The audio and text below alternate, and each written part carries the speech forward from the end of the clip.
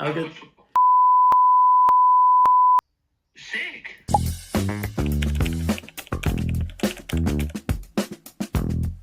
So today is a new day, and today is a day that I'm taking pictures of the car. And to do that, these have also come as well. These are new car mats because the other ones, they had a few holes in them. So this is going to tidy it up and make it feel a little bit more premium and new for the new owner when I do get that listed. So let's get these put in.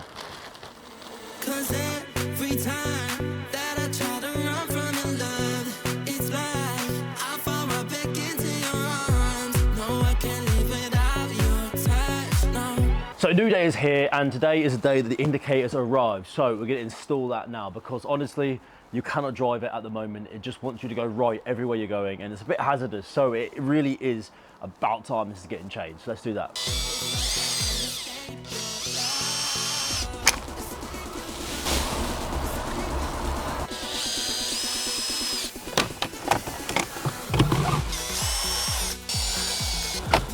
So we have the old one here and we have the new one here. It was quite simple apart from the two screws underneath it.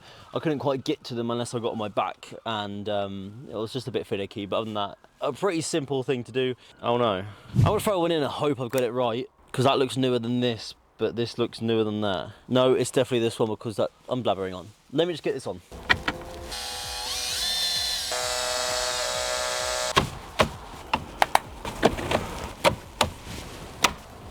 Now it's just a case of putting these two screw backs, and then we'll re-plug the battery and see if it works. So we'll cut to that now.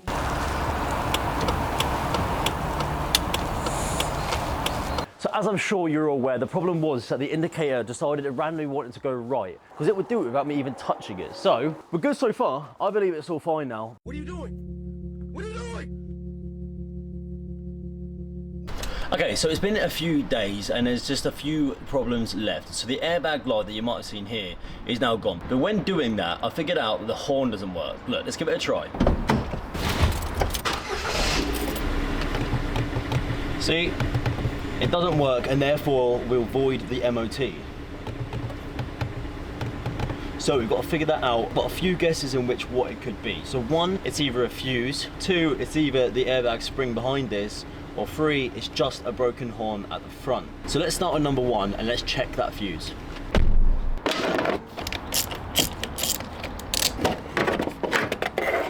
So cool, looking at the manual you can see that the horn is on number 20, horn 20, and that uses a 5 amp fuse. Now, inside of the fuse box you can see that the 15 is right there, so we're going to take a closer look and see if that has blown or if that has not. Okay, so if we have a look real carefully here, you can see it has not blown and it looks fine to me. So we can roll off the fact that it's a fuse, but I'm going to clean up these contacts a little bit, get them dry and put it back in. Okay, so I've cleaned the contact pads and I've dried them sufficiently so they'll be absolutely fine to go back in. I've looked at where this socket goes into and there doesn't seem to be any sort of corrosion, any muck or anything like that that should be getting in the way. So I'm going to insert this, start it up and just see if it works, or maybe have a look, take off the bumper and see if the horn is actually connected. I don't really know yet. I'm gonna put it in and hope I don't blow myself up really. So the battery is back on temporarily. We're gonna do is start it up and just see if it works. Probably won't, but we'll give it a try anyways.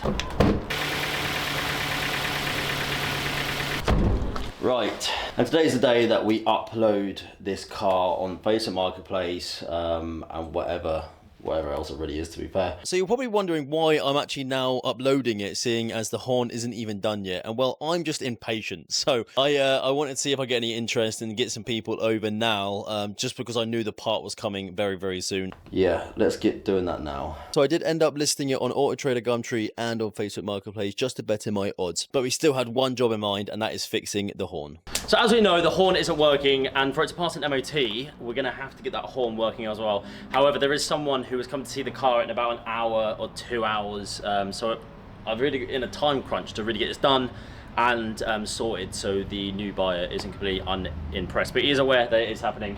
What we need to do is take off the headlights, the front bumper, and then change the two, and then see if it works from there. But there is a slight chance that it isn't even the two horns that we're replacing today.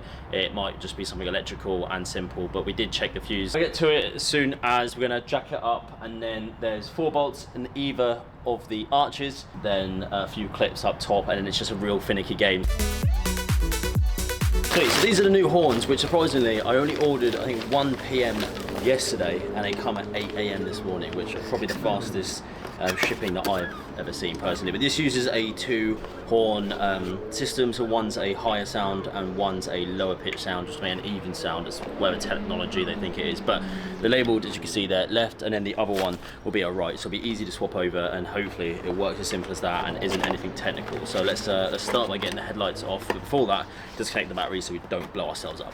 The process is pretty simple. All we had to do was remove the headlights with a few rods that are holding them, 4 bolts on either archway, 5 clips on the top, and the bumper come off as easy as. And the horns were as simple as unclipping it from the plugs, swapping it out with just a bolt, and then replugging the new ones in. Well, let's just give it a try and hope it works. That's a very, very loud horn. Very good success. Now let's put this all back together, and the potential new buyer will be here in literally just a couple hours. So let's get the last few things prepared for that.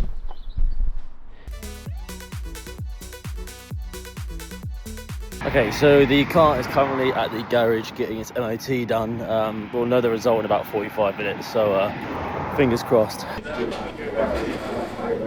Oh, brilliant. So this is really, really good news. We passed the MOT first try with only 1 advisory, which was a tyre, in which he said don't even replace. So this was absolutely amazing, and this helped the ad so much. It actually meant that I was able to sell the car, I think, a few days after. And well, I needed to give Dylan a good call. Hello, my busy bear. Hello, mate. You're on camera. How are you?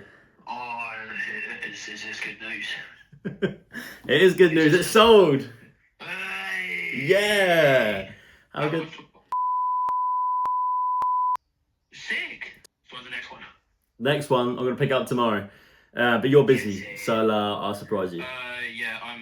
I'm busy tomorrow, yeah. So let's get into the real good stuff. How much did we make on this flip? That is the question. So we spent £1,100 on the vehicle, and then we spent a further £557.47 to make a total of £1,657.47. But the question is, how much did we end up selling it for? Well, as you can see, we listed it for £2,595. But let's have a little drum roll, please. We sold it for £2,400, meaning that was £742.53 in pure profit. Now, please comment below, do you think that was worth our time and effort?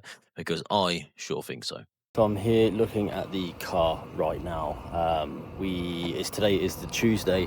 I went to look at 2 cars on Saturday, and they were proven to be absolutely terrible. So this one's looking a bit better. There's a few things that we can definitely bring to life. There's a good chance of a big amount of profit for this one, so very, very excited about it.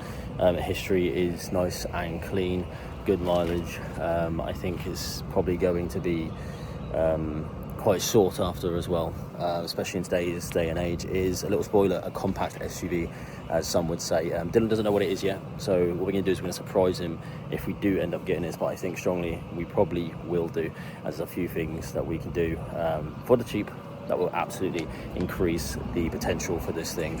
So here we go.